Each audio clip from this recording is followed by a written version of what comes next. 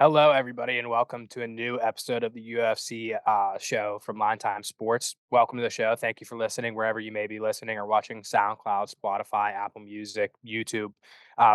Throwing it out there. We're available on all those platforms. So, whatever your preferred platform is, give us a listen. As always, this is LineTime Rick at LineTime Rick on X, joined by my good friend the Hammer at LineTime Hammer on X. And as always, make sure you follow LineTime Sports at LineTime Sports on X, TikTok, Instagram, all your favorite social media platforms. Hammer, my friend, how you doing? Pretty good. Steelers game sucked, but other than that, good weekend. Steelers game did suck. Good weekend. We finally had fights again. We Mhm. finally get another pay per view this weekend. It's a pretty decent one.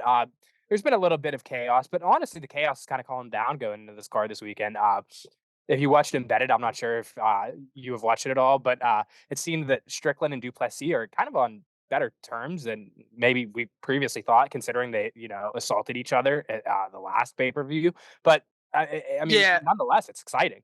yeah, I saw the video of I didn't watch, like, the whole embedded, but I saw the video of, Dricus and his girlfriend going up to Sean and, like, uh, Sh Dricus introducing her to him, but, yeah, I guess, I think they kinda, like, squashed the beef when, I guess after that whole altercation, Sean, like, DM'd Dricus on Instagram.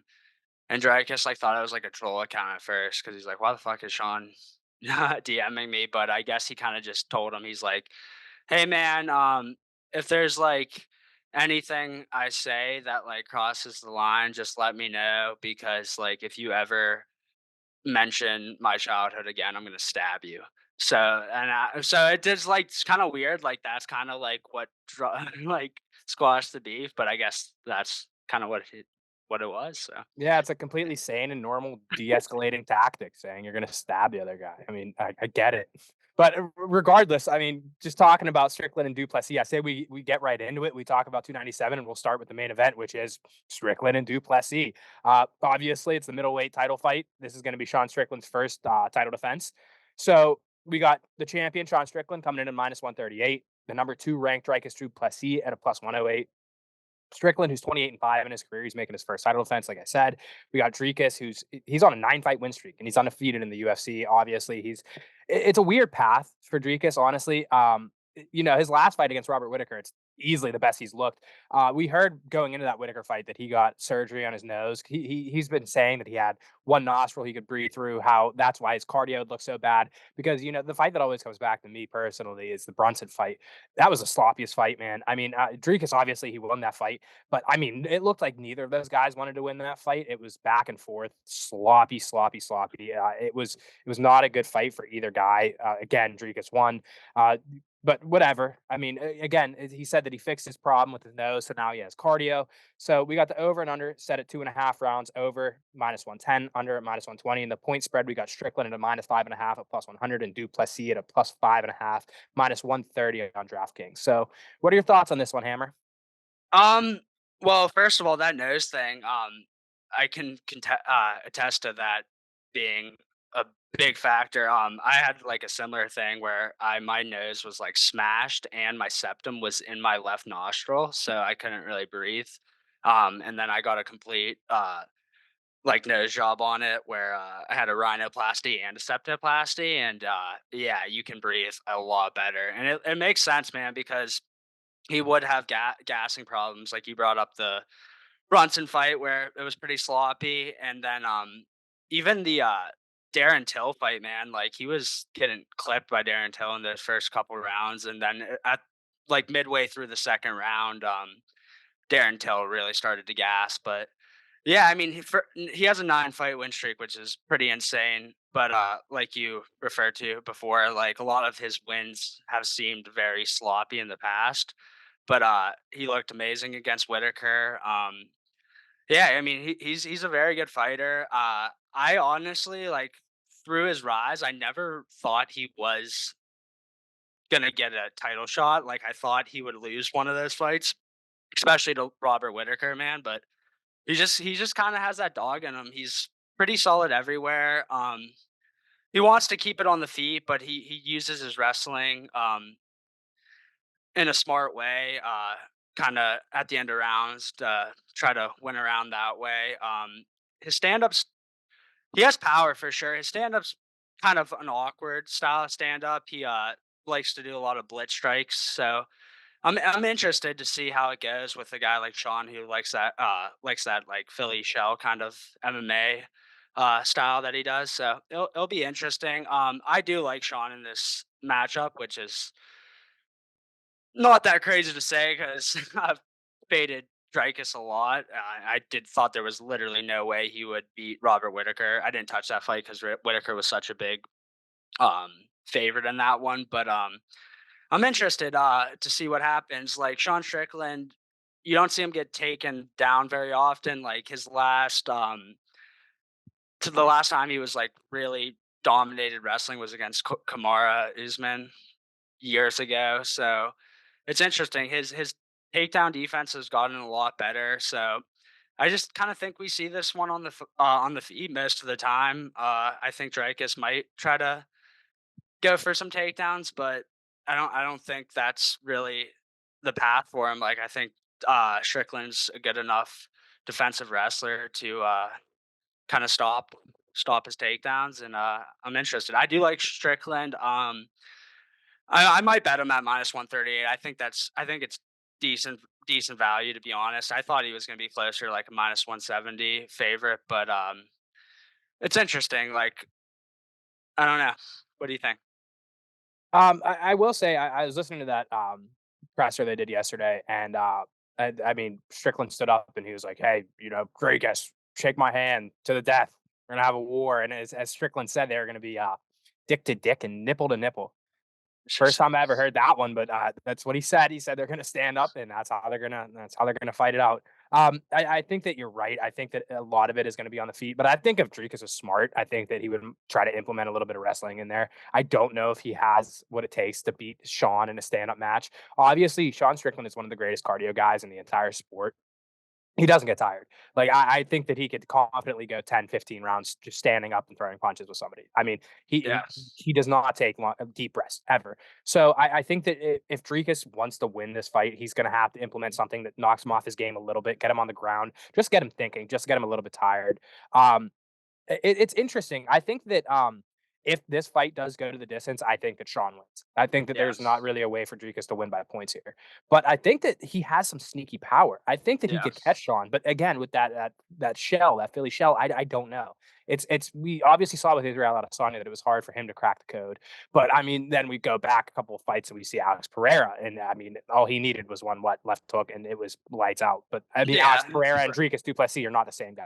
yeah. Don't get me Different wrong. different type of power for sure. Different type of power, different kind of respect. I like what you're saying there though. I think like a way to like I don't see him just like taking him down from the outside, but as if he's able to kind of push him against the cage, maybe throw like some of the blitz strikes he does, and then able to like body lock him, push him up against the cage, land some knees that way. I think that could really help him out, and yeah, just kind of try to get Sean away from that just Philly shell where he's kind of bringing you into his power. Like if he's able to at least like throw Sean off his game a little bit with that, I feel like he can find success. But if he just fights him his style, I don't see it going well for him.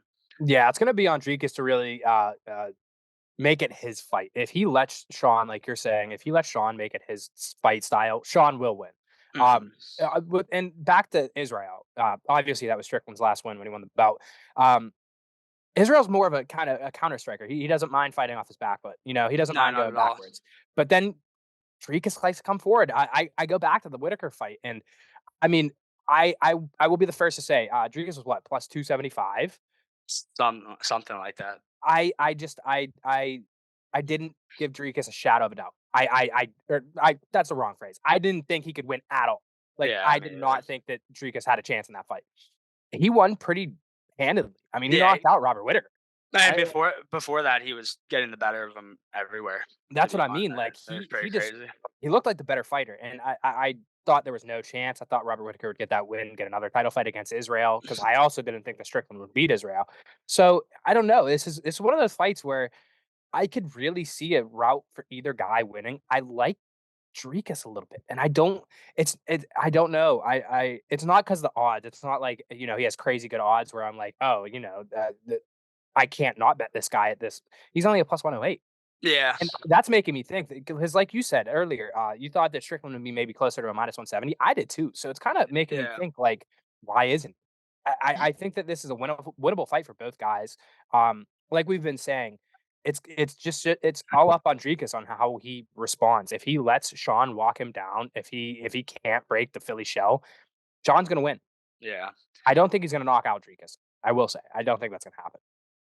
Yeah, I mean, I don't think so either. The only thing that like Sean does have like kind of like some sneaky power. Like he's knocked guys out before, but it's more just volume strikes that he gets you out of there with. The only thing is like Dricus does rush forward pretty crazily sometimes. Like a lot of it is calculated, but there's sometimes where he's kind of like almost like tripling over his own feet when he comes forward and blitzes. So yeah, it's going to be a really good fight. I will say I do kind of just have a bad feeling for Sean in terms of like I do think Dricus is just like not going to be denied. It kind of just seems like everything's falling into place for him to win this world title. Like just like we talked about with his fights in the past, he's on a 9 fight win streak, but a lot of those fights he didn't look the best in, but he just wasn't going to be denied in them and finds ways to win. So it should be a good one.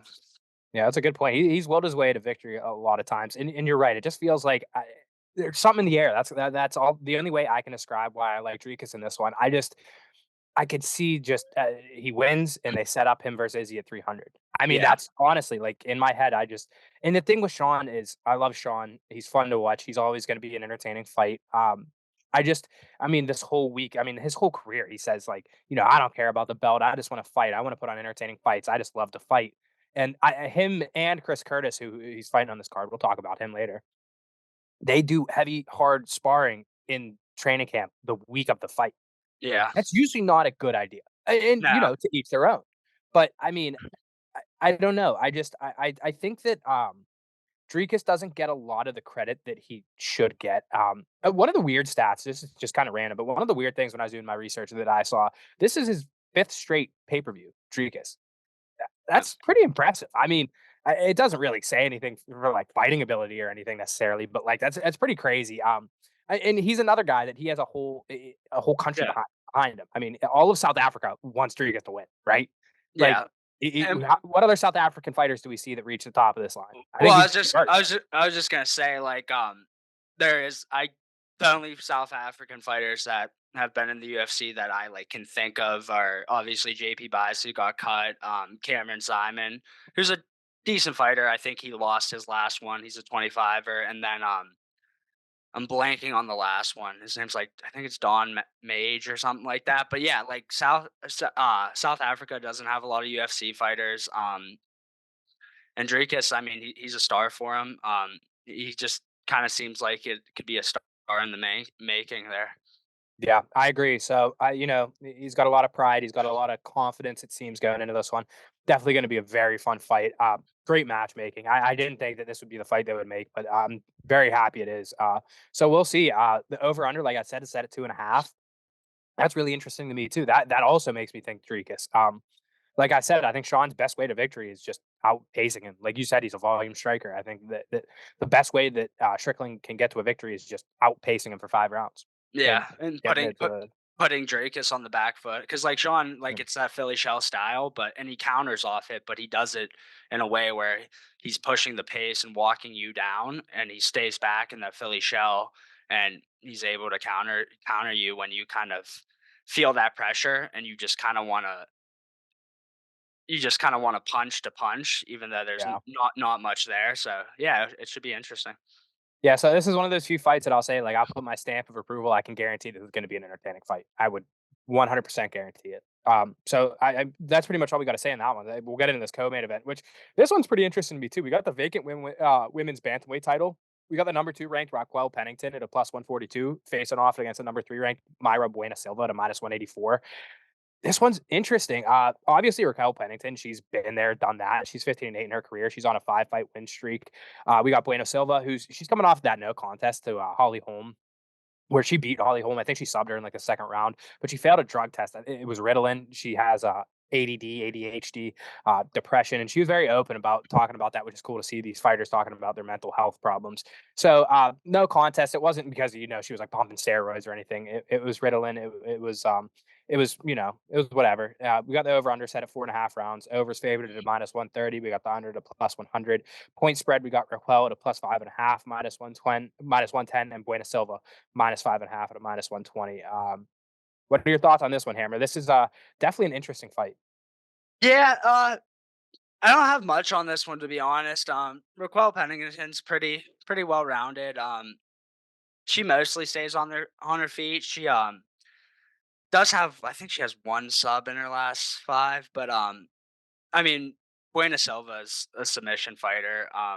She's really good. She'll throw up subs if she does get taken down. It should be interesting. I'd probably give Buena Silva the edge pretty much everywhere, but not by a ton. Like, I think she's a little better on the feet, little better wrestling, little better, probably a decent amount better at subs. So should be interesting. I don't really see value in either one of these girls. I think it's going to be a good fight. I think it's going to be an entertaining fight, but betting wise, I just really don't know, to be honest. I don't love it, to be honest, like either side.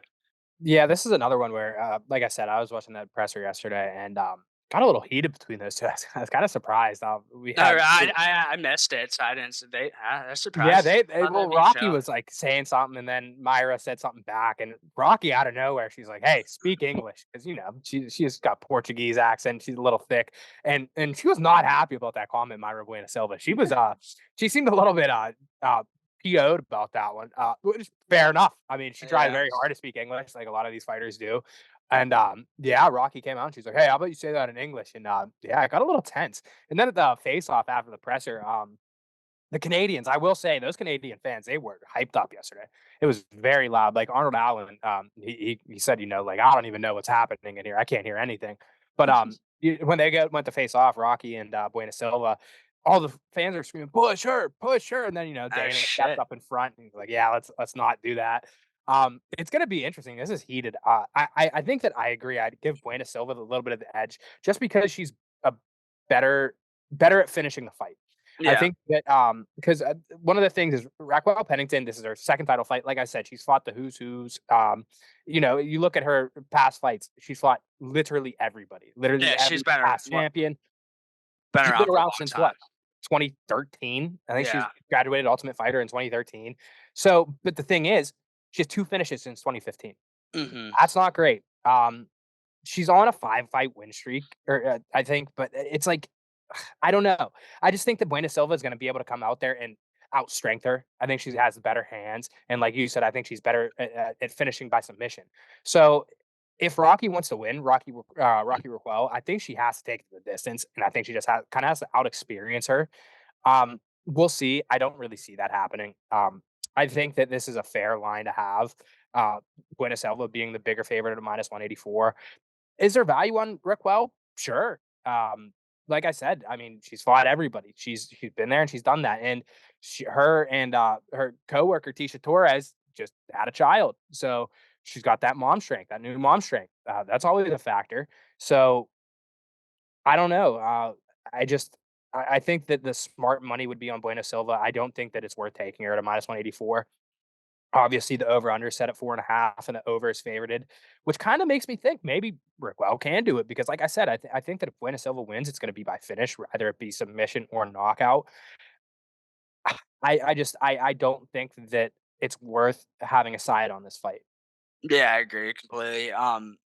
Honestly, if you were to ask me a bet on this one, I mean, I'd maybe just take the under 4.5 because I do think Bueno Silva's the physically stronger fighter, and I do think I kind of have a feeling she'll be able to sub her. But like I you agree. said, Pennington's very experienced, very smart. She's not, if she gets in a bad position on the ground, she's not just gonna panic and give up her back. So I mean, it's gonna be a tough task to sub her. I just think Buena Silva's strength. I think she can get it to the ground early and often, and it's tough to fight off subs for 5 rounds. So I think it might just be one of those things like sooner or later she's gonna get caught in something. But yeah, I don't really have a side in this one. Do we have a number maybe for Bueno Silva by submission? Jamie, pull that up. Sorry, Oscar. I just always wanted to do that. We do. Bueno Silva by submission is plus 175, which is I like the that. Yeah. lowest odds out of all method of victory. The second, though, is Pennington by decision. Yeah. Yeah. So it kind of Yeah, I Bueno mean, Silva that's by decision is plus 300. So so it's basically what we're saying. yeah, the books kind of think the same way. Yeah, I'd probably agree. I mean, Buena Silva, I don't think she's went 5 rounds before. I So think this is maybe her and Holly Holm were scheduled for 5, but like I 5 said, that ended in the didn't get second. there. Yeah, Yeah, so there could always be a question about her gas tank. sure. Raquel Pennington does have a very solid gas tank, so if it does get later into the fight, that could play a factor for sure. Yeah. So basically, like what we were saying, the books pick the same thing. We'll get on to this next one, and this is going to be a little bit of a different thing we do here at the podcast. Usually, we save our favorite picks for the very end. I'm just going to come out and say it. This is welterweight between number 13th ranked Neil Magny, and he's fighting Mike Mallott. Magny is at plus 250, and Mallott minus 340. I'm just going to say it. Magny, he's my pick. He's my favorite pick of the week. This is big value. If we can hit this one, this will greatly help our units go up. We just broke over 4 units this week. Little round of applause. Thank you, everybody. But like I said, Neil Magny, he's going to be my pick. And the thing that scares me the most in this one is that Mike Mallott, home field advantage, being from Canada. Again, at the presser, Canada was screaming for him. But here with Magny, he's 28-11 in his career. He's coming off a unanimous decision loss to Ian Gary, who we might not love Ian Gary, but he's definitely an up and coming stud. He's really good. He's 3-3 in his last 6. Then we got Mallott, who's 3-0 in the UFC. He's on a 6-fight win streak. Over under set at 2.5. Over is at plus 154, and the under is at a minus 200. Then we got the point spread. Magny being plus 3.5 at plus 195. Mallott being a minus 3.5 at minus 270. What do you think about this one, Hammer? Obviously, I let it be known that I really like Magny in this one, and I'll get into more detail after you give your thoughts. But what do you think? Yeah, I just think this is a crazy line to be honest. I think Mike Mallott has definitely showed some promise, but he has not fought anyone as experienced as Neil Magny. Plus 250 is just crazy to me. Stylistically, um, it should be interesting. I mean, maybe that's. I don't see minus 340. Mike Mallott definitely has a little bit of power. He likes to throw that power high kick a lot. I've watched him a good bit. I was like really trying to research this one because I was just really shocked to see that line. But I don't know. He definitely has some hype around him. But Magny's just fought pretty much everyone in the division, and I feel like this is the fight that Neil Magny wins, where he's kind of been a gatekeeper for a while, and it's when these up and comers fight him, I feel like he does pretty well. I think I mean, he's obviously very long. The one thing with him though, on the feet, he doesn't use his reach all that great sometimes. Like he's super long, but a lot of times he'll stay on his back foot and not really use his reach as well as you think a guy that long would do. So it should be interesting, but I mean, he's good when he gets you up against the cage. He has solid wrestling. I think that's his route to win this fight. You don't really see Neil Magny get knocked out. Like even that Ian Gary fight where he was getting his leg picked apart. Like Gary really had no urgency to finish that fight. It looked like could have been over after like midway through the second round. It looked like Magny was done. So I mean, it's interesting. I think he's gonna have to use his wrestling, which is like kind of weird to say with a guy that long, and you would think he would be able to, keep the distance, pump out that jab. But yeah, Mike Malott's really aggressive. He's going to come forward. But that could be his downfall. In terms of defensive wrestling, having Neil Magny be able to you know, just even get an out. He doesn't really get like outside takedowns, just like doubles from the outsides or single legs from the outsides. But even if Mike Malott does push the pace, I think that could be key for Magny to clinch the fight and then push him up against the cage. And then that's where he's pretty decent at taking you down. He once he gets his hands locked, yeah, I mean, you're most likely going to go for a ride. I don't think Magny's great by any means, but I just think this line is just absolutely nuts because, like, I haven't seen enough from Mike Mallott to warrant a minus 330 or minus 340, especially against the competition he's fought. Yeah, and the thing that really scares me the most in this one is, like I said, home field advantage for Mike Mallott, and that it doesn't mean a ton, kinda, because if it gets to the scorecards, I mean, I'm not gonna say blatantly like, "Hey, they're gonna give the guy from Canada the advantage," but they could. I mean, we've seen crazier things happen. I mean, it's just so that scares me a little bit. I don't think it's really gonna. I don't know if it gets to the scorecards. If it does, that's where I really like Magny. But like I said, it scares me because Mike Mallott from Canada. And the thing with Magny is, I said he was 3-3 in his last 6 fights, which yeah, he is. But his 3 losses were Ian Gary, Gilbert Burns, Shavkat Rachmanov. Yeah, And his wins are against Philip Rowe, Daniel Rodriguez, and Max Griffin. So, like, those 6 names are much, much, much better than anyone Mike Mallott has ever fought. exactly. It's just the truth. Yeah, And you know, like I said, Mallott, 6-fight win streak. All 6 have been by finish. That's pretty good, but he's never fought somebody of Neil Magny's caliber. Like you said, Neil Magny is so long. I mean, I just think that this is it winnable for Mallott? Sure. He's up and coming. And it feels like one of those fights that the UFC makes where it's like, okay, Neil Magny, he's ranked 13, you win, take his number, you're in the top 15. But this is a hard test, and it's not. There's no way Neil Magny should be a plus 250. If he was something closer to like what I think he should be, plus 150, I probably wouldn't have made it my favorite pick. It's still possible, but plus 250, there's just so much value there. There's no chance that Michael Malott should be a minus 340. He hasn't shown me anything that's warranted that against a guy like Neil Magny. yeah, I completely agree. I just think this is strictly like you kind of just have to take Magny here and live with it either way. I think they're giving you a crazy number. And like, yeah, maybe the books know something, but a lot of times we see these lines and we're just like, what do the books know? And they don't know fucking shit because That's like true. the other guy, the plus 200 just looks way better throughout the fight. So we'll see. That is one thing that we've said before, and I'll continue to say is betting mixed martial arts is the most volatile way of sports betting. The books, nobody knows anything. Nobody, if you say this for sure, this is guaranteed. No.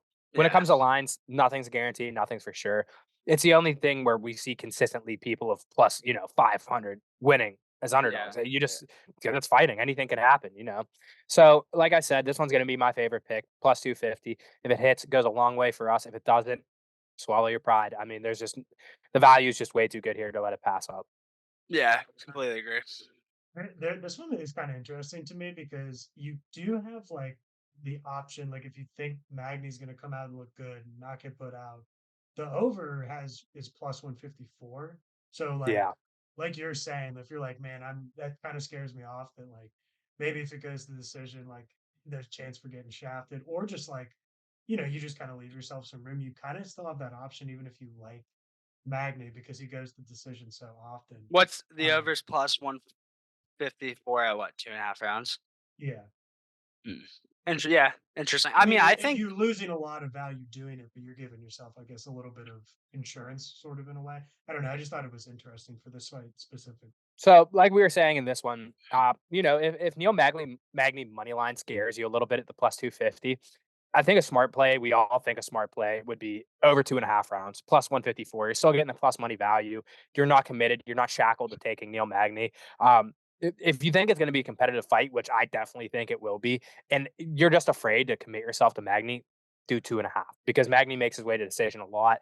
We haven't seen Mallott go to a decision in at least 6 fights since he's been in the UFC 3-0. It's been all finishes. His 6 fight win streak, it's all finishes. So if you think this is going to be competitive, if you think that you give the slight edge to Magny, but you're not fully committed to him, over 2.5, it's perfect for you, and you're still getting the plus 154 value. So we'll head into this next fight. This next fight, this is another one where I don't like to do it a lot, but I could pretty much put my stamp of approval. This is going to be an exciting fight. We got a middleweight bout. We got number 14 ranked Chris Curtis, and he's taking on Marc-Andre Barriault. Chris Curtis minus 188, Barriault plus 146. If you don't know, now you know. Chris Curtis, he trains with Sean Strickland. They are very. I think I said that earlier in this episode. That they do hard sparring into the week of their fights, which it's very bold. Again, if you don't know, not a lot of fighters do that. it's not really smart to take the risk that you get a big gash in your face and you can't fight. The commission won't let you go in with a huge cut on your face. So, I mean, but if it works for them, whatever. You got Chris Curtis. He's 30-10 in his career. He's coming off that no contest with Nasruddin Imavov, where he was losing, and then it was the clash of heads, accidental clash of heads. So, I mean, take that as you will. Before that, he had that close loss to Kevin Gastelum, which Dude, that that was was up there. another.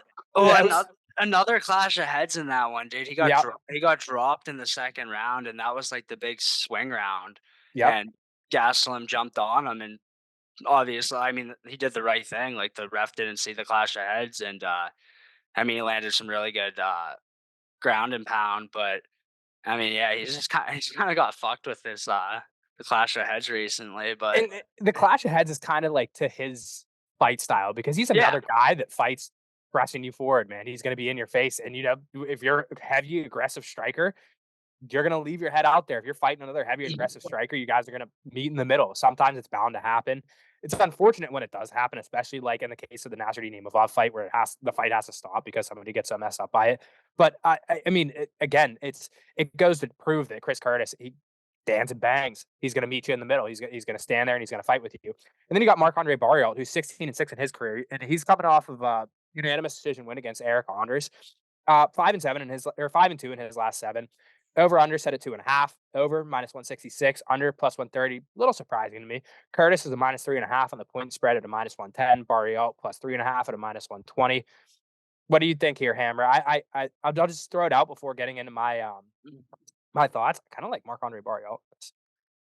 yeah, I mean, he definitely has some power. Chris Curtis has a solid chin. Obviously, he's been getting dropped with some headbutts recently, clash heads, headbutts, whatever. But he has good power. He has a small reach, which I don't love. Like sometimes that kind of fucks him over. But he's a pretty slick striker on the feet. I think he's a solid fighter.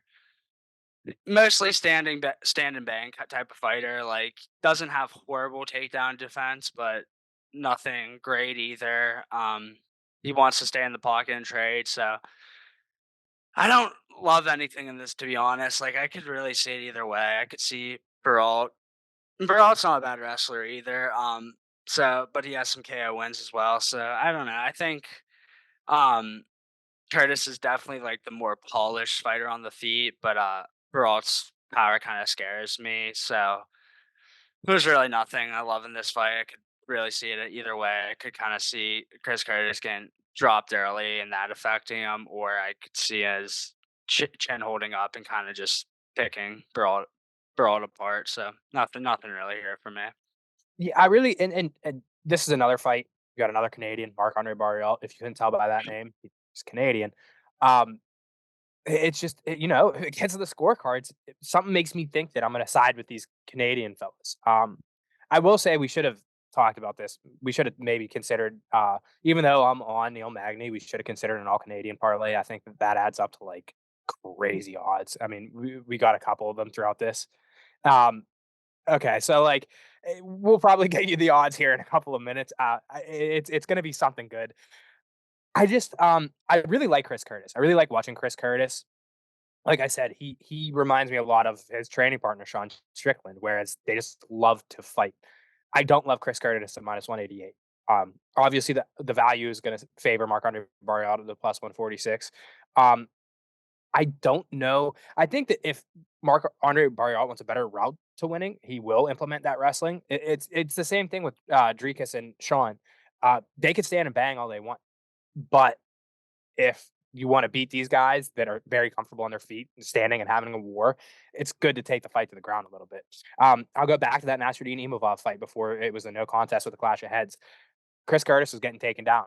Chris Curtis was losing on the feet. And again, I'm not going to compare Marc-Andre Barriault to Nasruddin Imavov. That's not what I'm trying to do here. But he's a little susceptible to getting taken to the ground. Marc-Andre Barriault can get the fight to the ground. So if he wants to do that and go that route, I firmly believe that he has a decent route to victory, feeding off the home crowd again.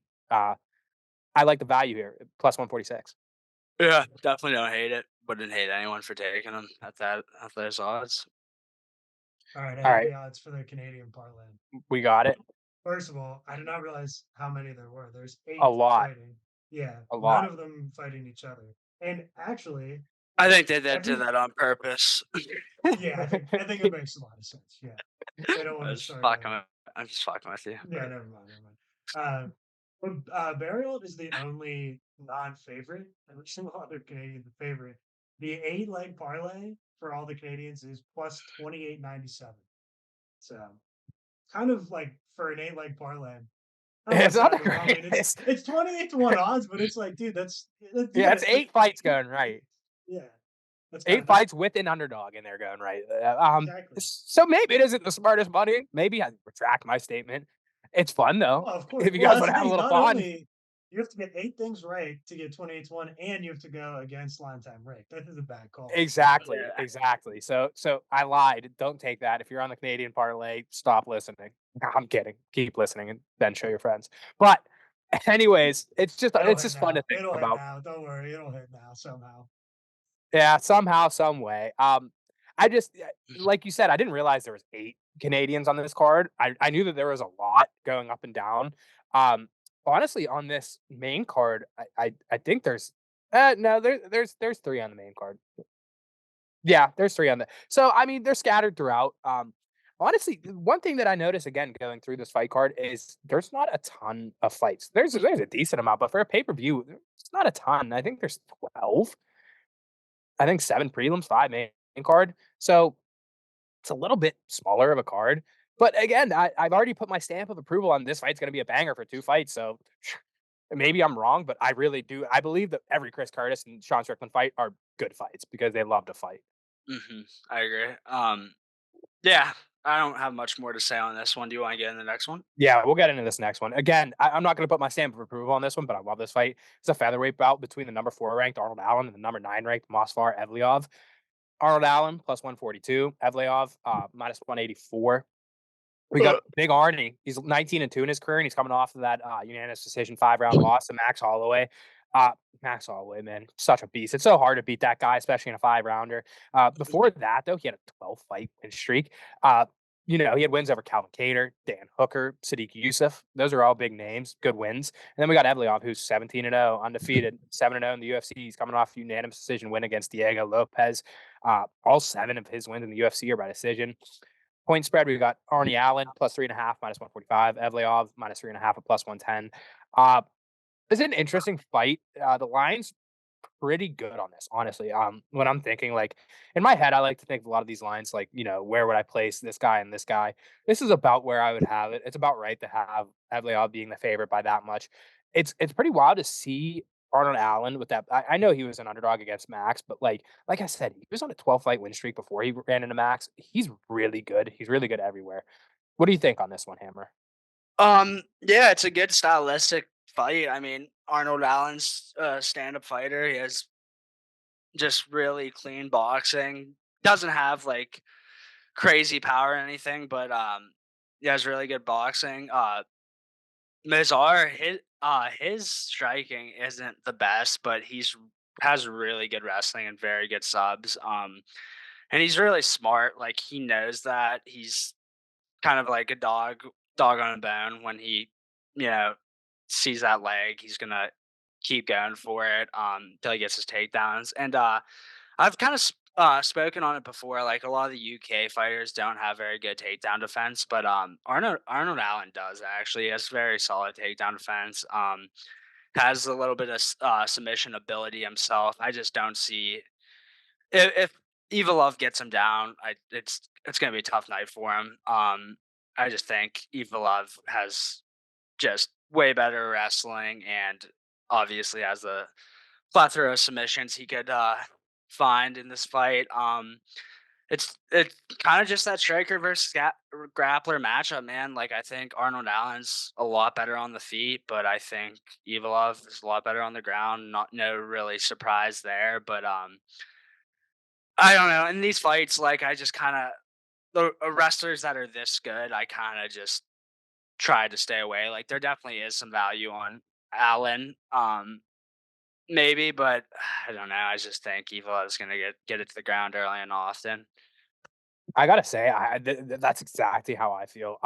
in my heart, I want to say, yeah, Arnold Allen value plus 142, definitely value there. It's just if he can't stuff these takedowns from Evloev, it's gonna be a long night, like you said. That's what Movsar wants to do. He wants to take the fight to the ground and he wants to control you. Um, I love this fight to go the distance. Um, I just I don't see a world where it doesn't go to the distance. Maybe Arnold Allen knocks him out. I doubt that. I really doubt that. I don't think that Evloev's going to submit him. Like I said, all 7 of Evloev's UFC wins are by decision.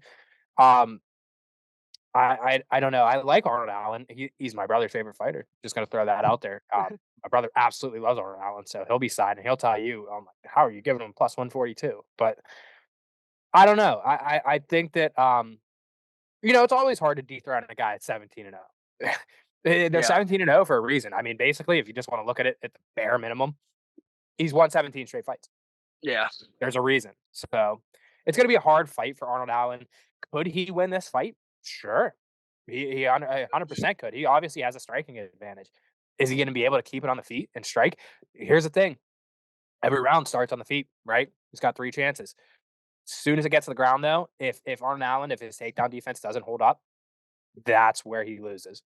Yeah, and another thing is like we see this a lot where a guy like Arnold Allen's ranked what? So he's ranked 4, Evloev's ranked 9th. Like, yes, he's 17-0, but I feel like we see this a lot where the guy that is ranked lower in the division, but is the favorite kind of at these odds, like nothing like crazy, but like almost 2-1 favorite. I feel like they win a lot. I actually am very interested to like look up the stats on that and I agree. see like what percentage it's hitting at, because I feel like a lot of times when you see someone ranked that high, but they're plus 140, plus 150, a lot of times they lose. And I mean, every fight's different, but I mean, trends like that are obviously worth looking into for sure.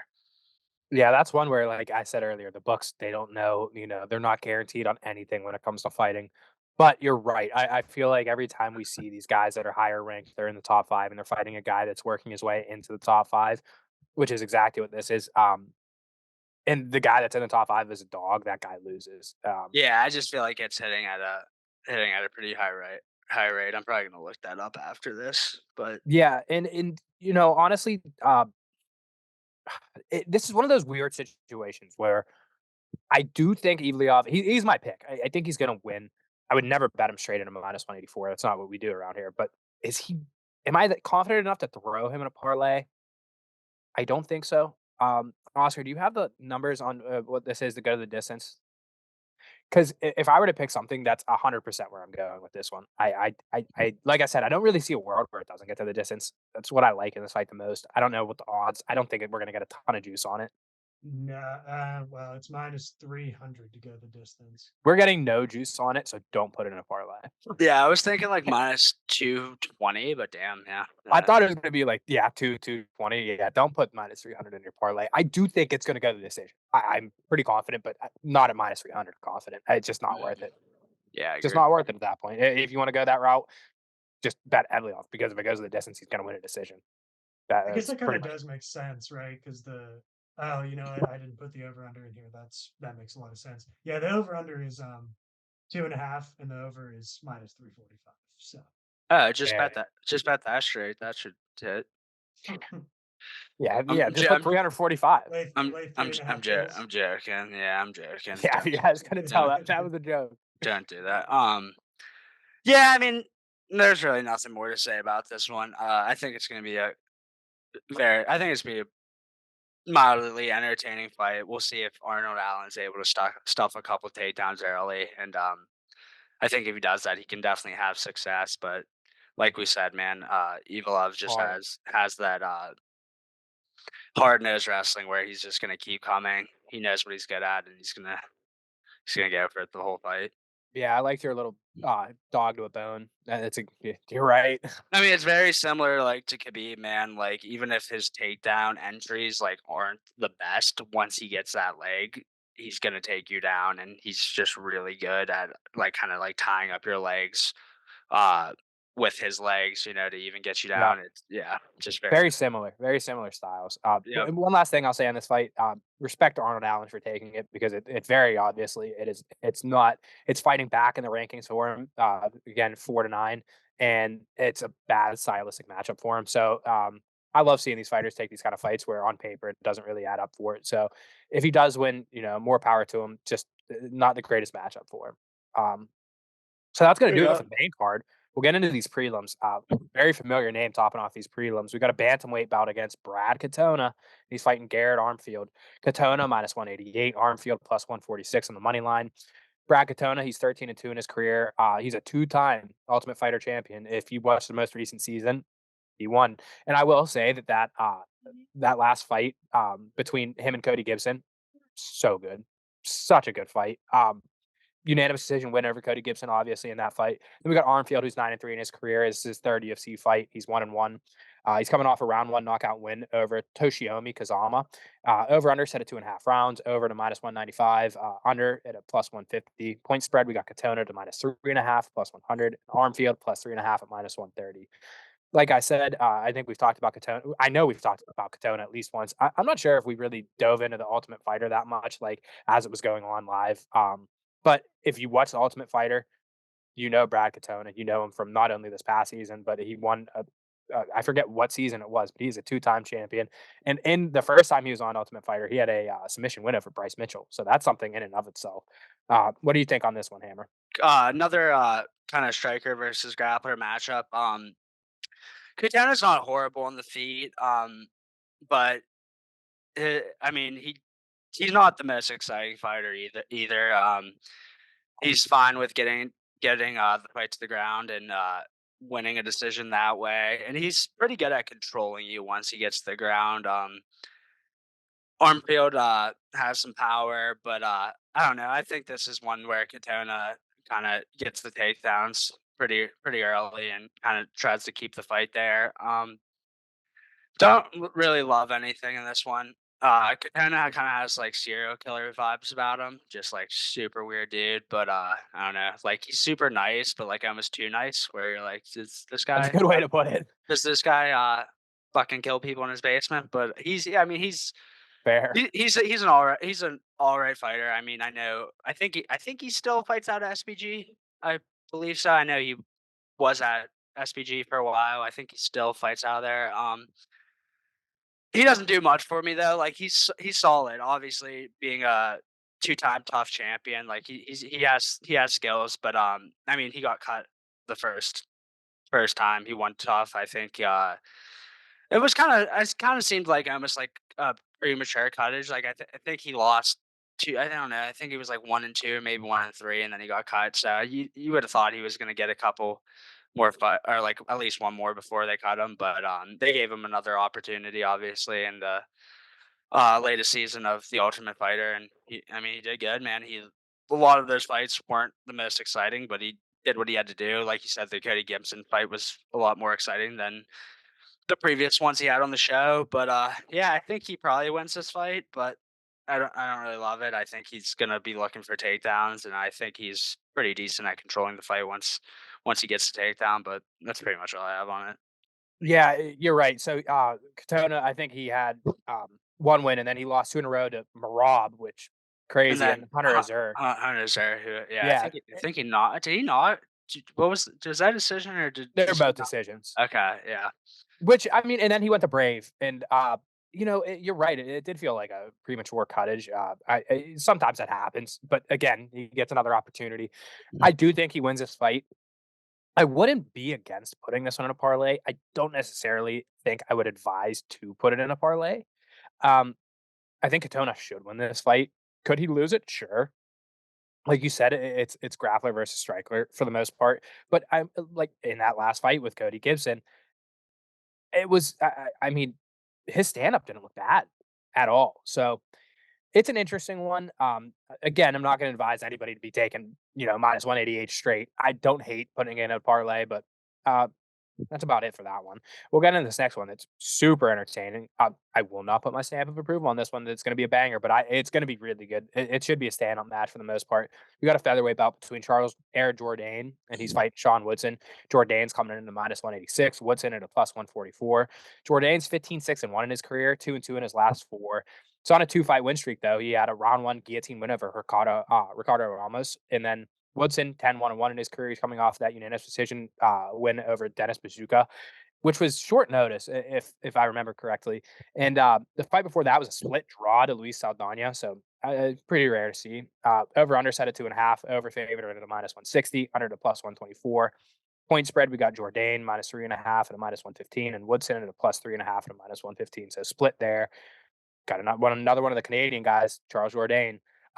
One thing I will say before we get into your thoughts here is these guys are very good strikers. Charles Jourdain, always fun to watch. Sean Woodson was a professional boxer before he got into mixed martial arts. So, I mean, he's obviously going to be good standing up. So, Yeah. what are your thoughts on this one? Yeah, my favorite pick's actually gonna be Sean Woodson money line. Which like kind of pains me to say because I love Charles Jourdain. He's like one of my favorite fighters in terms of just like watching him fight. Like I think he has a good personality too. He's pretty funny on Twitter as well. But I just think this is a good matchup for Woodson at +160. He's really long and he is a fighter that uses his reach to his advantage heavily. He has a lot of power. I mean, like you said, he's a professional boxer, but he has a lot of different things. He uses the knee up the middle. He uses his kicks well. He uses a nice front kick to the face and body. So I mean, he's really solid. The one thing I'm like a little weary on is sometimes he doesn't throw a lot of combos. He's kind of a one shot power fighter, but and then on the opposite side, Jourdain, he's also a very solid striker, but he's like more of a combat fighter and kind of wants to drown you and kind of get in there. I just think I think Woodson's reach is really going to give him some problems, and I think that's going to slow down Jourdain's ability to throw combos and like he does, like what he wants to do in the fight is kind of, throw combos to the head, to the body, um, really just hit you anywhere he can to slow you down. I just think I really have a good feeling that Woodson's power is gonna play a big factor in this fight, and I kind of think Woodson's gonna put him out. If he doesn't, this I don't know. I don't love this to hit, but I still think Woodson can still win a decision.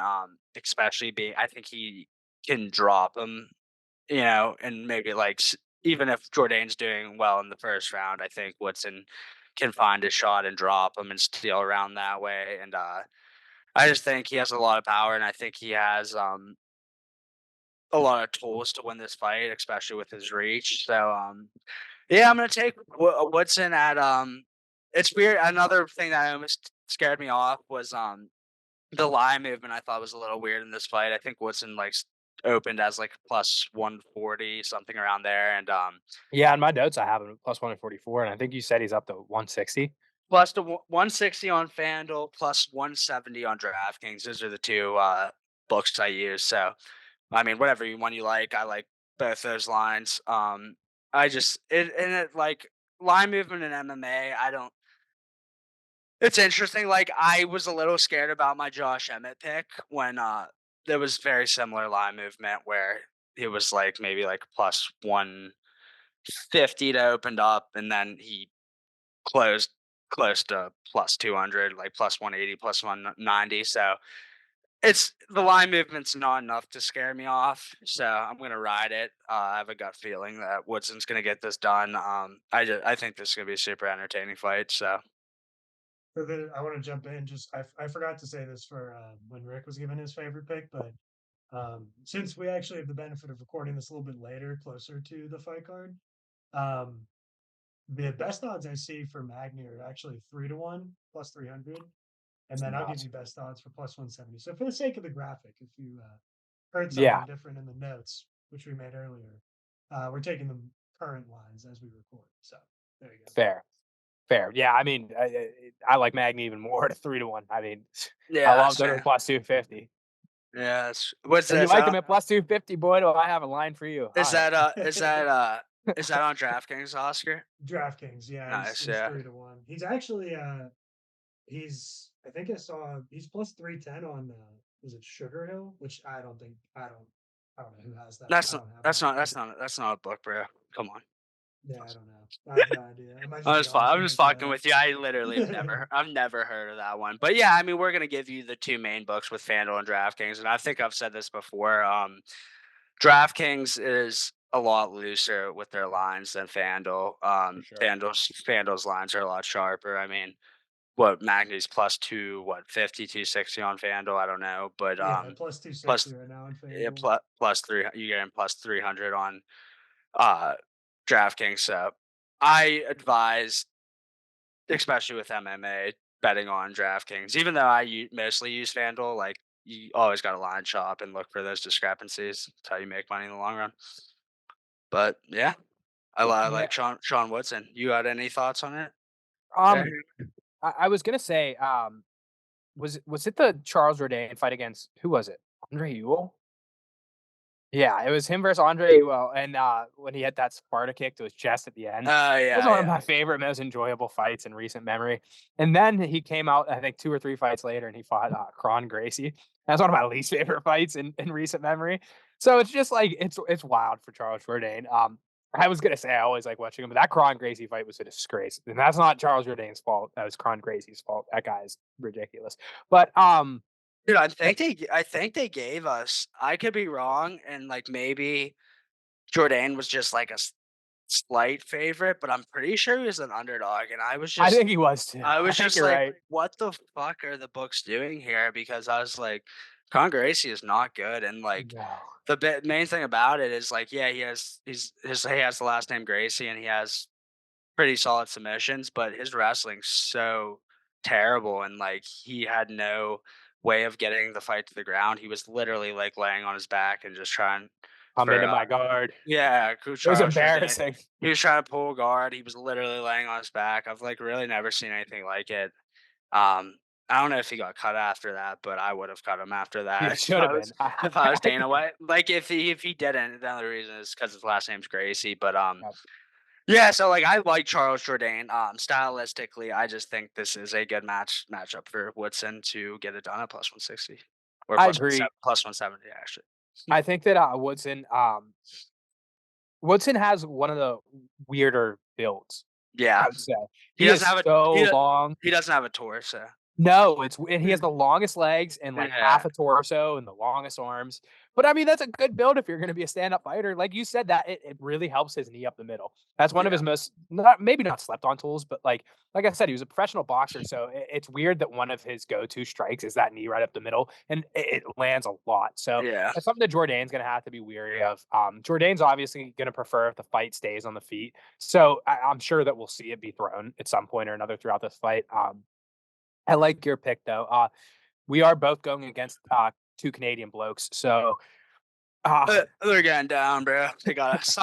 I mean, someone's got to do it. Someone has to. Some of these Canadians have to lose. So Yeah, and we picked the 2 ones that are gonna lose. We can't keep letting them get away with this. Yeah, yeah, we can't keep letting them get away. So I mean, bold maybe, but we're doing it. Yeah, I We're mean, doing it like, live. I'm gonna be completely honest. I don't like love this card for betting, but I do like both of these picks a lot.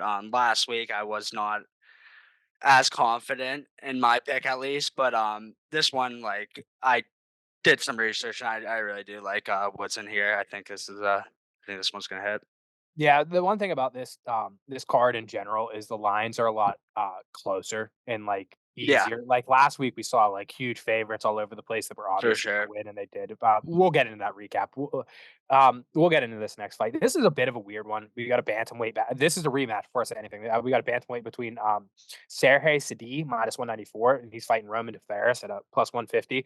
I will say that the one weird thing about recording on a Friday, we usually record on Wednesdays, but the weird thing about recording on a Friday is we get to see the weigh-ins. Roman Tavares missed weight by 3.5 pounds. That's a big no-no. That's a thumbs down for people that aren't watching it on YouTube. But that's a big no-no. Like I said, this is a rematch from the Contender Series, and a lot of people thought it was an early stoppage. Then, obviously, Dana agrees. He remade this fight. We got Sadi. He's 10-1 in his career, and he's making his true UFC debut. Like I said, Contender Series.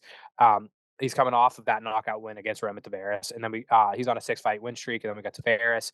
He's coming off a 30-second knockout win over Cortavius Ramius. That's a name. And that was also on Contender Series. So he got knocked out on Contender Series. Dana said, you know what? That was an early stoppage. Give you another fight. And he knocked the guy out in 30 seconds. So, I mean, if I'm remember correctly, I think that Roman Tavares missed weight on Contender Series too, which is like really bad. The 2 fights in a row, you're missing weight by 3.5 pounds. Never want to do that. Over unders at a round and a half, -115 both ways, over and under. I really like the under. I think that somebody's going to get knocked out in the first round, and I kind of think that it's going to be Sir Roman Tavares. Like I said, their first fight, it was an early knockout for Sadi. People were considering it to be an early stoppage, but he was going to get knocked out. He was going to get finished from ground and pound. Maybe they stopped it a little bit early before he go out on his shield, but I think that we're going to see a pretty similar thing. And something that I learned from watching Embedded this week is Sadi trains with Mike Mallott and Jasmine Judas of Vicious. I hope I said that right. If not, I'll say it right when we go over her fight. But anyways, I think it's gonna be a first round knockout for City. Yeah. I mean, I'm not gonna lie. I didn't watch. That was the weirdest noise. I just gotta say it. What? It was a yawn, bro. Yeah. Did it sound weird? I wasn't like looking, and I was like, what the hell was that? I'm sorry, bro. I'm tired. So I don't know if that sounded weird or not, but I'm pretty sure it was a yawn. But yeah, I did watch their Contender Series fight. Other than that, I didn't. It's kind of hard to watch find footage on guys that are coming into the UFC, depending on what organizations they've fought for, obviously. But both these guys, I don't think either of them have fought in like a Bellator or PFL, so it's kind of hard to find footage on them. But both of them are finisher fighters.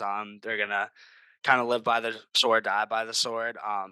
What did you say the odds were in this one? Sorry, I don't have. City is a -194, right? Yeah, -194. Tavares +150.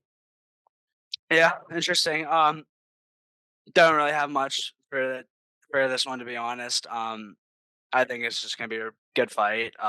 It's always cool to see these kind of rematches where the first fight ended in a controversial way. So yeah, I mean, you would think, I don't know, that like Sadid being only a -190. I don't know. Maybe Roman's gonna get some payback here, but we'll see. You said Roman missed weight by 3.5 pounds? Yeah, and I was gonna say that's a little bit of a passion play of mine. I've said it before. I like betting against these guys that don't make weight. I mean, dude, I like it a lot. Honestly, it's like you have to question how much they were even like training for the fight if they're missing weight by that much. Like, Yeah, 3.5 is one of those numbers where it's like, when did yeah, you stop? Like, yeah, exactly. It's like, did you even try to make the weight? So I don't know. Maybe he did that. Like, it's especially your UFC debut. It's like you're just looking like such a piece of shit. Like, Dana does not like when fighters miss weight. So I don't know.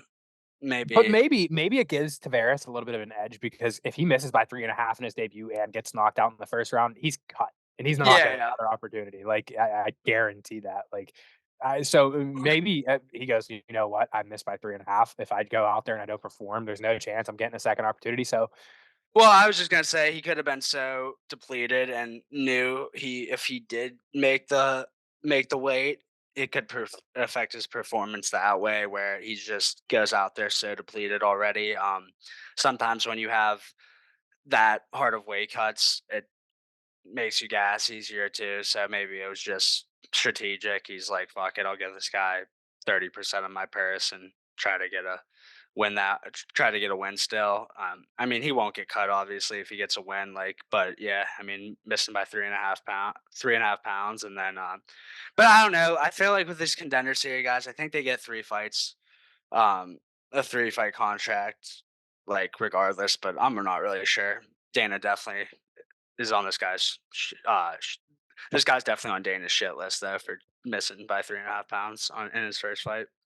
yeah, and I mean, I haven't seen yet that this fight's gonna get canceled. So it does seem that City is fine with letting him miss a 3.5, taking the 30% from his pocket. So that's good at least. At least we'll get see the fight. We're gonna take one more short little intermission. We're gonna come back in, round off this these prelims, and then we'll talk about a little bit of a recap from UFC Vegas 84 last week. All right, getting back into these prelims, we got a women's strawweight bout. We got Jillian Robertson minus 245, and she's fighting Polyana Viana at a plus 186. Oh, Polyana Viana. If you guys don't know about Polyana Viana, she was in that little Colby Covington scandal where he was like, "Yeah, hooking up with Polyana Viana," and she came out and she's like, "Yeah, that didn't happen." So just a little bit of tidbit there. It's not really a stat or anything, but I just kind of wanted to say it. Um, Yeah, so any like girl fighter that talks shit on Colby is just like, oh, it's because like she tried to bang me in training and I yeah. didn't want it, and then yeah, that's usually how that one goes. Status body count 0. I just, yeah. So again, that's not really useful for what we're about to talk about. But again, I wanted to say it, so I said it. All right. So we got Robertson. She's 12-8 in her career. A little bit of a weird record. She's coming off a unanimous decision loss at Tabitha Ritchie. 2 submission wins before that with Piera Rodriguez and Maria Agapova. And she had a grappling win against Rose Namajunas, sandwiched between those 2 wins. So that's kind of impressive. Then we got Polyana Viana, 13-6 career. She's coming off a round 2 sub loss against Eastman Lucindo. Before that was a 47 second knockout win over Jin Yu Frey. And the fight before that, just to bring it full circle, was unanimous decision loss to Tabitha Ritchie. So common opponent for both of them. They both lost to her. Tabitha Ritchie just lost her last fight. So, just bringing it full circle. Over under set at 2.5. This is a bit of a weird one. Over is underdog plus 124. Under 2.5 is at a minus 160. Kind of surprising to me. I kind of disagree with that. I kind of really like the over plus money. Jillian Robertson being a minus 245 in any fight is really fun. I don't agree with that. She's a good grappler. Like I said, she had that grappling win over Rose Namajunas. Rose Namajunas isn't like the greatest grappler in the world, but still big name. Obviously, she's going to have the advantage in the grappling department, Jillian Robertson. But I think the Polyana Viana is going to have the advantage in the striking department. So I don't think that there's enough value on Vienna to plus 186. I don't. What do you think, Hammerman? Take a bigger yawn before you answer the question. I'm sorry, boys. You just can see how excited I am for this fight. You go to bed early. But to be honest, yeah, this is like they're both like decent grapplers. Jillian Robertson is not very good on the feet. She doesn't do much. She doesn't have much power. Vienna's not great either. Like you said, I think she had a 40-second knockout over Jin Yu Fry or whatever. But I don't know. I think Jillian Robertson's the better wrestler. But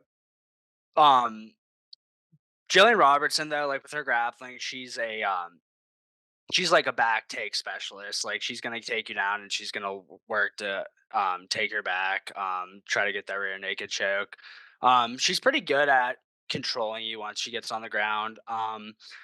The Polyana Viana has actually a good amount of subs by armbar, so she throws up some decent armbars off of her back. But Robertson does a good job of advancing position on top, so I don't really see that route working for Vienna where she's able to throw any like offensive submissions really off her back. I think she could do a decent job of surviving.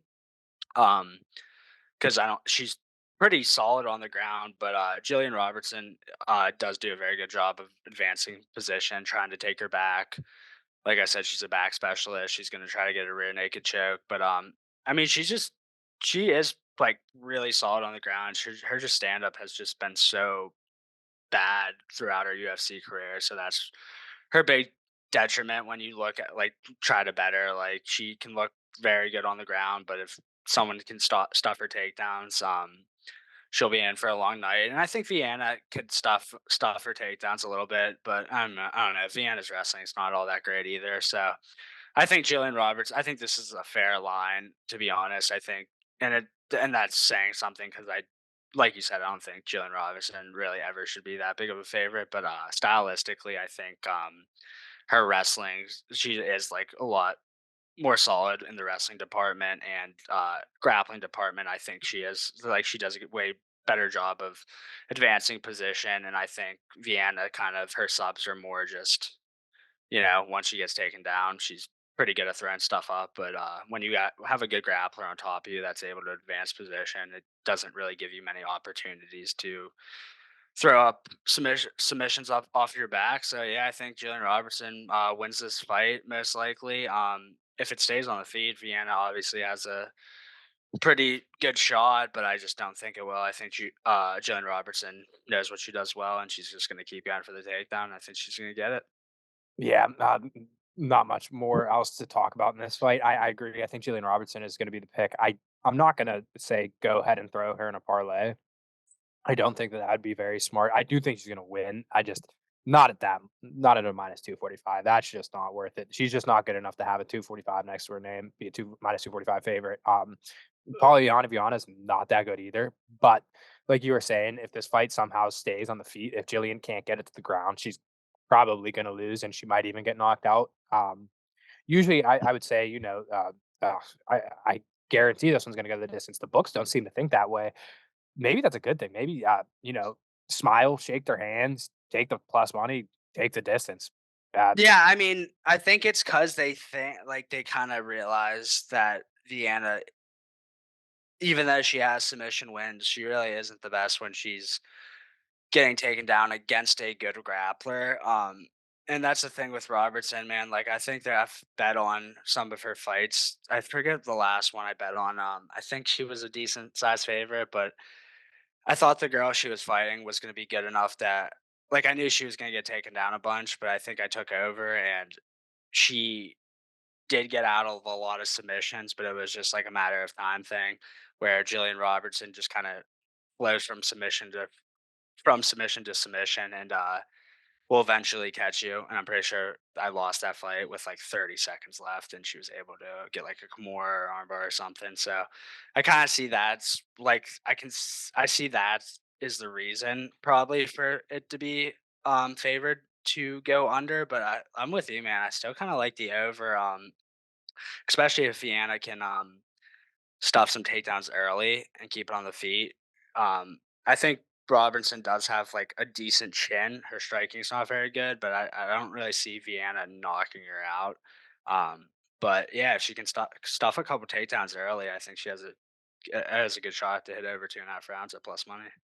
Yeah, it's just one of those ones where it's like the one thing I would like in this fight is probably the over, even go to the distance, and they're giving you plus money on it. So, I mean, it's worth a dart. Why not? Yeah.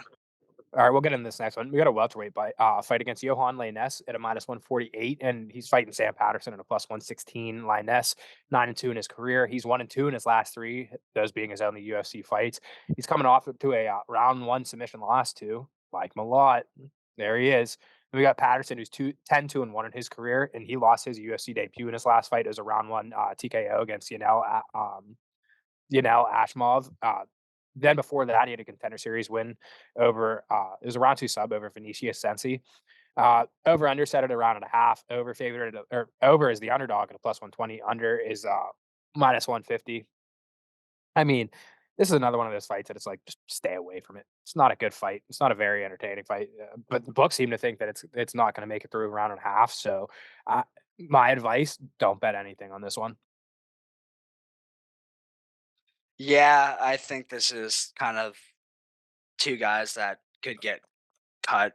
Yeah, like one of those things is the winner probably keeps their job. Probably will be exciting in that way where both guys are fighting for their job most likely. Trying to get a finish win, make it exciting. So better chance of keeping their job. But yeah, dude, I have nothing in this fight. Don't have any. I don't think there's any value on either fighter. Don't like the over under rounds. I think these guys are more lower level fighters. So I don't want to get involved in this one. Yeah, this is just one of those middle of the road, like let's throw this fight on there to add a prelim kind of fights. It's whatever. Blade Ness will probably win, right? Minus 148, probably gets a knockout. I do not feel confident in any of it. Like I said, this Patterson fella, he's coming off of a round one TKO where he lost. Before that, it was a contender series fight. So I mean, honestly, It's just I would lay off this one. There's no need to bet this one. There's no value on anything. Just sit it out. Wait for the good fights to come along. Uh, yeah, that's it. We'll get into this women's flyweight fight next. We got okay, Jasmine Jazuda Vicious. Good. Thank you, boys. She's a -400, and she's fighting Priscilla Cachoeira. Battle of the names, plus 285. If you guys remember, I picked Tracy Cortez over Jasmine in her last fight out. That was her last fight. She had a unanimous decision loss against Tracy Cortez. But she has wins over the likes of Miranda Maverick and Gabrielle Fernandez before that. And she's gone to decision in her last 7 fights. And then we got Cachoeira, 12-5 in her career. And she's coming off of a round 3 armbar against Miranda Maverick. She had a KO before over Ariana Lipsky the fight before that. Over under set at 2.5. Over favored at a -166. Under 2.5 is at a +130. Jasmine's gonna win this fight. That's my breakdown. She's gonna win this fight. She's better. She's a really good wrestler. I don't know if she was Olympic wrestler, but I know she was a professional wrestler before she got into MMA. Dude, I'm sorry. I literally thought you said limp dick wrestler, not Olympic. And I was That just is what I said. it's literally sounded like that. But yeah, I don't know if she might be judo or something, but yeah, she has definitely good wrestling. It was weird her last fight with Tracy Cortez, like she didn't really utilize it, but she looked good Yeah. she looked good on the feet, man. That was one where Tracy Cortez, I'm pretty sure they ended up giving her and I think yeah, we both like Tracy Cortez and that one a lot. I think I made that one my favorite pick, but I think yeah, I was pretty shocked about how like decent she looked on the feet. I'm pretty sure they gave Cortez Mhm. unanimous decision, but it was Yep. one of those ones I was like kind of sweating at the end of it. I thought Cortez did enough, but I definitely thought I split decision was coming. Yeah, she impressed me. The zombie girl Priscilla, she doesn't impress me much, man. She does about the only thing she does good is she's pretty good at blocking punches with her face. But other than that, she doesn't do I didn't know too where you much. were going with that. No, but I'm like not even kidding. Like she kind of like puts her like head down and like she keeps coming forward. Like the zombie girl is a good nickname for her. She has a decent chin. She just really doesn't do much on the feet. She kind of just keeps walking forward, but she doesn't throw much output. I would be very shocked to see her win this fight. Obviously, there's no value on Jasmine, but like I think I looked at the odds, like Jasmine to win by decisions, like I think it's like plus like I don't know 100 or something. I mean, maybe it's like -120, but it's like Either way, I like that. yeah, they think like I said, like she has a decent chin. They don't think Jasmine's gonna get her out of there most likely. So I don't know. I think Jasmine's gonna win. I just don't think there's really any value anywhere there. Like I'm not gonna take Jasmine by decision either because I do think she could. Do think she could finish her. I just not enough for me to bet either side. Yeah, this is another one of those cases where, like I said, Jasmine, she's got good wrestling, doesn't necessarily have great submissions. So I could definitely see it being one of those. Jasmine gets to the ground for 3 rounds, lays on her, and goes to an easy submission or an easy decision victory. Yeah. I don't see a knockout either way. I think that if Jasmine senses any kind of trouble on the feet, she's just going to immediately take it to the ground. But like you said, against Tracy Cortez, she kind of abandoned her wrestling, which was weird to see. I think she shot a couple of takedowns, and she got stuffed a couple of times. So maybe she hmm kind of got, she kind of got scared to keep shooting, thinking, I can't get it to the ground. I'll just try and win via my stand up. Which it's good to see these fighters who are usually accustomed to wrestling and shooting takedowns. Uh, it's good to see them get more confident in their hands. So yeah, my breakdown on this one is Jasmine's going to win. If you want to throw that -400 in a parlay, go ahead. You're not getting very much value. I like her by decision, or I like the over 2.5 at -166. That's pretty much all I got to say on that one. And now, finally, we're getting into our last one, our last prelim. Uh, we got a flyweight, and it's against Malcolm Gordon against Jimmy Flick. Malcolm Gordon also missed weight today. I think it was 2.5 or 3.5 pounds. Again, it's just not good. And before this, before he missed weight, Malcolm Gordon being a minus 205 against anyone is ridiculous. Jimmy Flick is a plus 158. We got Gordon, who's 14-7 in his career. He's on a 2-fight losing streak, 2-4 in his last 6. His most recent, he got a body knockout against Jake Hadley. And then you got Jimmy Flick, who, weird case of Jimmy Flick. I mean, if you know, then you know. He's 16-7 in his career, 2-fight losing streak. He's coming off of the 2-year layoff before his 2-fight losing streak. He retired, short-lived Yeah. retirement. Yeah, and he came back and lost Super to weird. weird case. Real quick, I love Jimmy Flick, bro. I just think he's a really exciting fighter. Not very good on the feet. Has some pretty decent wrestling. I remember on his Contender Series fight, that guy he fought, I forget his name, like it was like Nate Jackson or something like that. That guy was a pretty solid wrestler. He was at least in high school. I mean, he placed at Fargo, which is one of the biggest national tournaments there is. But Jimmy Flick kind of just took him down and dominated him on the ground. This is a good stylistic matchup too because both these guys, UFC's careers haven't went the best. Probably both on the verge of getting cut, but I love Jimmy Flick, and I think this is a good one because they're both primarily submission fighters. But it's gonna be fun to see because Malcolm Gordon's definitely better on the feet than Jimmy Flick is, but Jimmy Flick is a lot better of a wrestler in my opinion. So, but they're both submission guys. Malcolm Gordon does have a decent amount of armbar submissions. But Jimmy Flick does a good job of controlling you once he gets you to the ground. And I don't know, man. Jimmy Flick had one of the sweetest submissions that I've like ever seen in the UFC when he flying subbed Cody Durden. So I mean, I've always been a Jimmy Flick fan since the Contender Series. Stand up's not very good, but he's I mean, for being a submission fighter, man, he's super exciting. It should be interesting. I think Malcolm Gordon has the edge on the feet, but I think Jimmy Flick can get it to the ground. I kind of like him at plus 145, plus 150. I don't like to bet on guys that have that no, just aren't that good on the feet. The one time I did bet on Jimmy Flick was against Cody Durden, and he was kind of getting wrecked on the feet, and then hit that flying sub. So, yeah, I'd advise taking him again, man. I haven't bet on him when he lost because I didn't feel good about those fights at all. It's hard after 2 years off. Well, too, yeah, exactly. And he was coming back, and like the opponents he was fighting were pretty solid coming back. Malcolm Gordon, I think this is a good get back fight for him. Like, if he loses this, I think he is going to get cut. Especially with missing weight.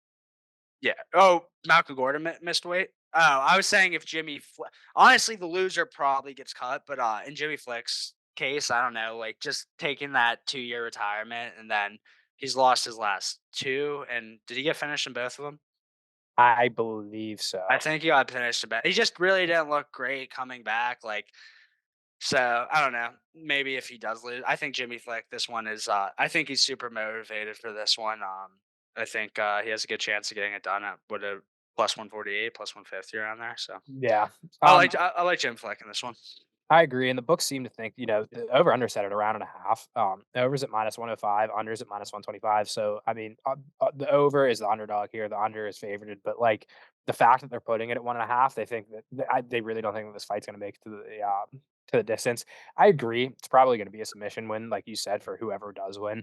It just scares me a little bit. I do like Jimmy Flick at plus 158, but what scares me is Malcolm Gordon was probably already going to be the stronger guy. They both want to get the fight to the ground, but the fact that Malcolm Gordon also missed weight, I mean, he's already the stronger guy. He's already probably the bigger stature kind of guy. So that's the only thing that concerns me a little bit. But I will side with Jimmy Flick here at the plus money.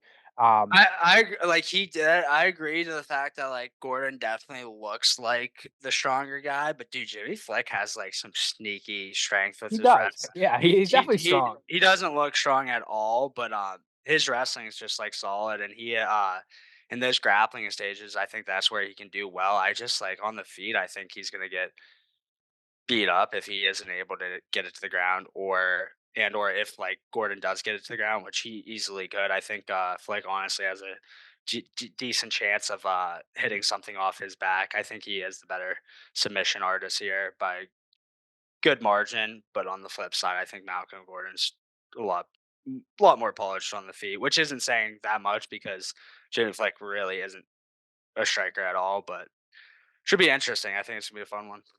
So Malcolm Gordon, he is Canadian. So Yeah, I he think he is. is. So I mean, I He guess we're is for going against sure. a couple of the Canadian this weekend. I mean, you know what? They're I going take back down. everything I said about the parlay. They are. They're going down. Home field advantage is fake. Um, Back Jimmy Flick. Maybe we ride a parlay. Everybody who's fighting a Canadian. No, let's not do that because a couple of them are gonna win, but hopefully the ones that we're advising. Well, we definitely shouldn't do that For because sure. that would mean we'd be going and betting Priscilla Cachoeira, and I'm not going to do that. I like having money. I don't like giving it to the Uh, books and, is and putting her. the zombie girl's a Canadian? No, no, no, no, no, no, no, no, no. She's fighting a Canadian. I was like Yeah. so confused. I was like, I could have sworn she's Brazilian. Okay, that makes sense. No, Yeah, Jasmine is Canadian. Yeah. cool. Yeah. All right, so that's gonna do it for our little breakdown of 297. These fights are tomorrow. It feels so quick because we're recording on a Friday. So get in our favorite bets quick. Neil Magny and Sean Woodson money lines. Good odds on those. And we're just gonna get into a little bit of a recap of UFC Vegas 84. Starting with the main event, we had Magomed Ankalaev. He had that second round knockout win over Johnny Walker. I mean, you would think that Magomed's next fight is going to be for the belt, but we saw Pereira come out and say he's preparing for Jamal Hill.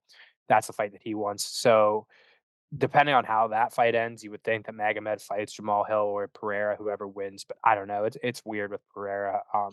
There's so many fights to make with Alex Pereira in like 3 different weight classes. So, when thinking of like who he's going to fight, where he's going to fight, it's always difficult. I mean, I wouldn't be surprised if Pereira fights Tom Aspinall at 300 at heavyweight. I don't think that's going to happen, but crazier things have happened. I've seen Oh, the rumors.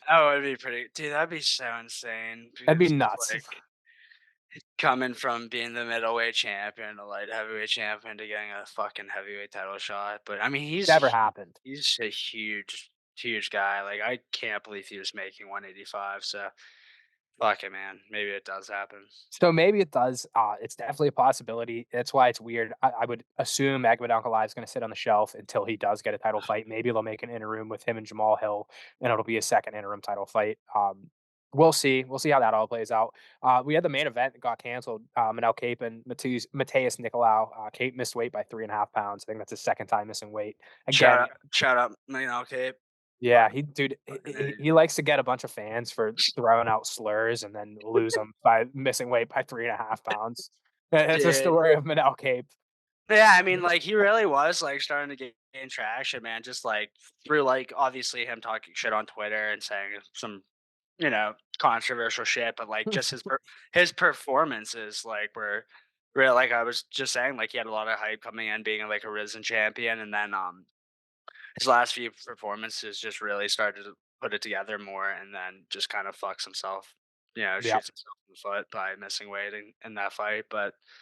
I don't know. I still think he's a good fighter, but it's just like, dude, get it together, bro. You can't be missing weight by 3.5 pounds when you're trying to work your way to a title shot.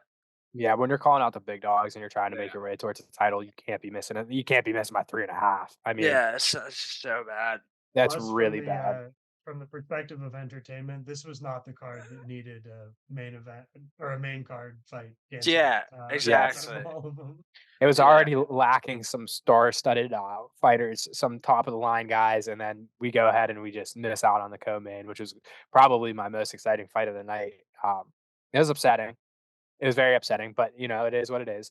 And then we had Jim Miller, who I advised, and don't bet Jim Miller. Eventually, age is going to catch up to him. Well, he got a third round submission win, and the ageless wonder. And I will say, his post fight, his call out, I was really excited when he called out Paul Felder. I was like, man, I love that fight.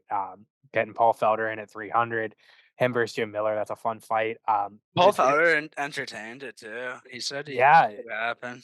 but I will say that's the classic Paul Felder. Retire, tell everybody he's just gonna announce fights, gets called out, stands up, I'm here. I'm fighting him.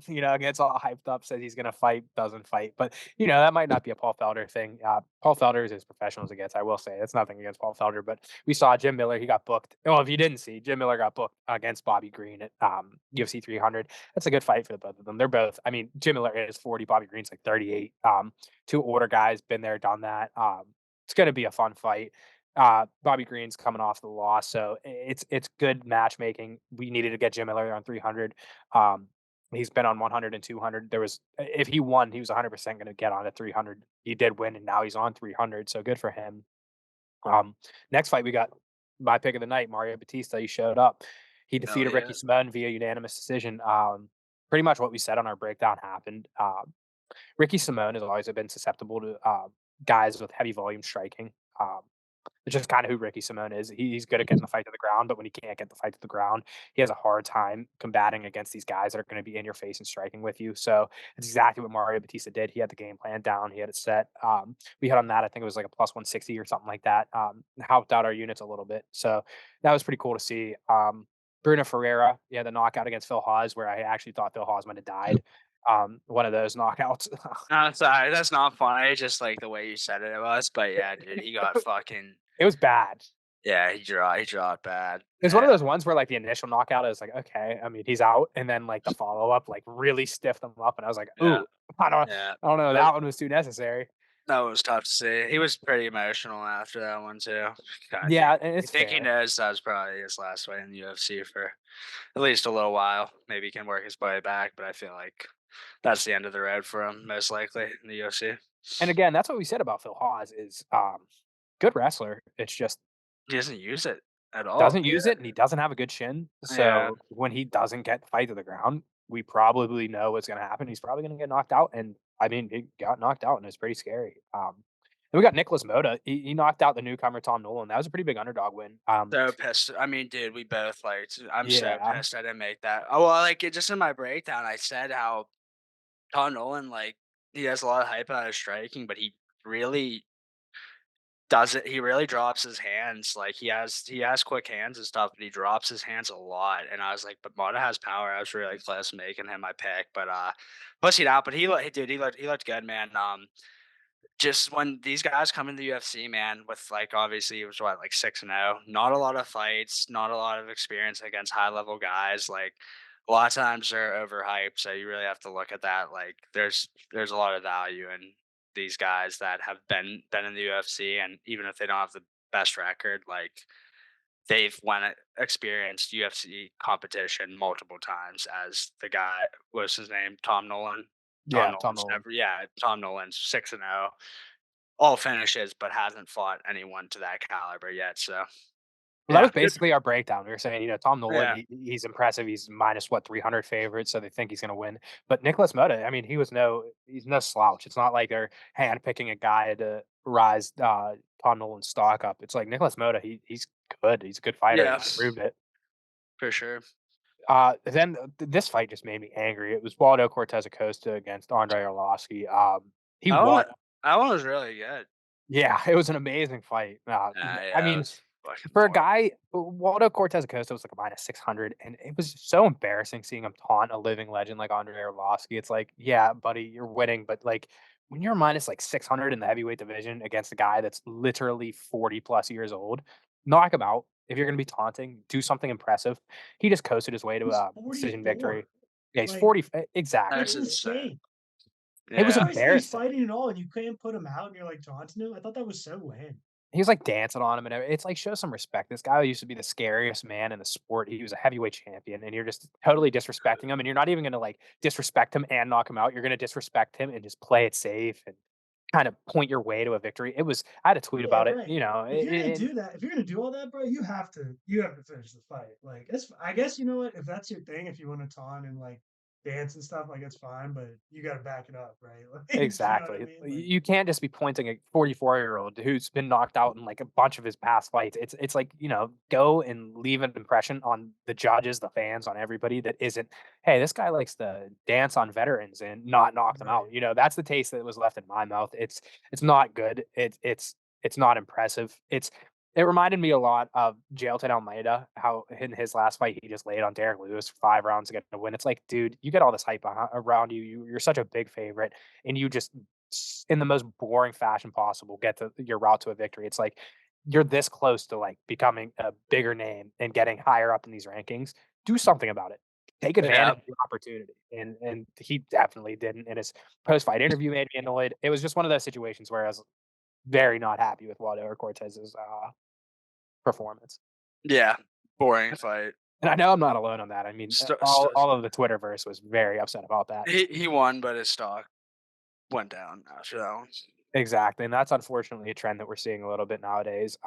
And then we got Joshua Van. He knocked out Felipe Bunes in the second round. That one was sick. No, I'm just kidding. Fuck that. But yeah, nah. Okay. I mean, I had that fight to go over 2.5 rounds. I think it ended like 30 seconds left in the yeah, first round Second. or second. Oh yeah, over 2.5. Yeah. Yeah. I mean, I wasn't even that mad about it because like even if he would have survived that entourage, like the thing about it was he was so gassed and he could have possibly recovered on the stole, but it just didn't look good for him. And Josh Van really did hit him with some big shots in the second round. Pretty sure he dropped him before that. Don't really know if that was like his like I don't know, it was weird, man. Like, yeah, he was getting hit with big shots, but like when he went down and with that minute left in the second round or whatever, man, it was just mostly looked like it was just fatigue and that could have been attributed to Joshua Van hitting him with bigger shots in that second round, and really, because I mean, sometimes that happens, but like when you're super gassed, man, your chin just gets that much worse. So it wasn't even that mad. That was bad read betting on someone in their UFC debut where I wasn't completely sure on his gas tank. But yeah, I mean, there was a chance he could have survived that 2.5 minutes if he would have got to the stole, but I wasn't feeling that great about it, so wasn't that mad about the loss, to be honest. well, that's whatever. We take it in stride. It was unfortunate that Joshua Van had probably his best performance to date in that one. So Yeah. you kind of just got to chalk it up to the game. Again, 22-year-old young guy. He's hungry and he left a good impression. I mean, it's still a good bet. It's whatever. And one last one that we didn't talk about last week. Marcus McGee. He looks like the real deal. I mean, he had another knockout win. I think that's his third in a row win by finish. His striking looked phenomenal. Very good win. He's probably going to get a much better level opponent next time out. And all in all, I mean, we kind of told you how it was at the beginning. Wasn't the greatest of cards. It was definitely a fight card. We got a little bit higher in the unit toll. We got up above 4, but all in all, not the greatest of cards. And yeah, I think that's going to do it for this week. Like I said, we got 297 tomorrow. Of course, we're recording this on Friday. It's going to be out tonight. Make sure to listen to it. Make sure to get in our bets. We'll put them out on X. Um, one more time, Neil Magny money line for me, and Sean Woodson money line for the Hammer. But that's going to do it for Yes, this week. sir. Thanks again for listening. We'll come back. We'll recap 297, and I believe we have a fight card again next week. We may not. I'm not sure. Regardless, we'll be doing an episode. We'll be recapping our picks, the card in general. So we'll see you guys next week, and thank you again for listening. See you next week, bro.